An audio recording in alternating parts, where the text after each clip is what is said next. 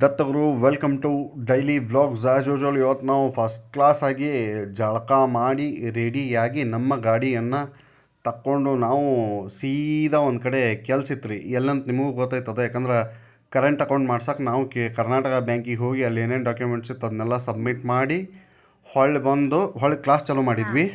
So next third one ಇರೋದು verb. Verb ಅಂದರೆ ಕ್ರಿಯಾಪದ. ಕ್ರಿಯೆ ಅಂದರೆ ಏನು? In English action. So YouTube ಒಳಗೆ ಪಾಠಶಾಲಾ ಅಕಾಡೆಮಿ ಅಂತಂದು ಫ್ರೀಯಾಗಿ ಇಂಗ್ಲೀಷ್ ಕ್ಲಾಸನ್ನು ಹೇಳ್ಕೊಡಕತ್ತೇವೆ. ಇಷ್ಟ ಇದ್ದವ್ರು ಹೋಗಿ ನೋಡಬಹುದು. ಇನ್ನು ಅಲ್ಲಿಂದ ನಮ್ಮ ತಂಗಿಯವರು ಊರಿಗೆ ಹೊಂಟಿದ್ದರು. ಸುಟ್ಟಿದ್ದಕ್ಕೆ ನಮ್ಮ ಅಂಟಿ ನಮ್ಮ ತಂಗಿ ಅವ್ರನ್ನ ಕರ್ಕೊಂಡು ಹೋಗಿ ಹೊಸ ಬಸ್ ಸ್ಟ್ಯಾಂಡಿಗೆ ಬಿಟ್ಟು ಅಕ್ಕಿ ನಾ ಎಲ್ಲಿ ಕರ್ಕೊತಾನೆ ಅಂತ ಅಳಕತ್ತಿದ್ಲು.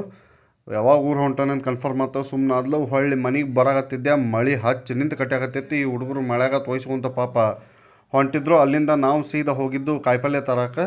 ಕಾಯಿಪಲ್ಯದಾಗ ಏನಿಲ್ಲ ರೀ, ಕರಿಬೇವು ಕೊತ್ತಂಬರಿ ಹೇಳಿದ್ರು. ಅವು ಕೊಡ್ರಿ.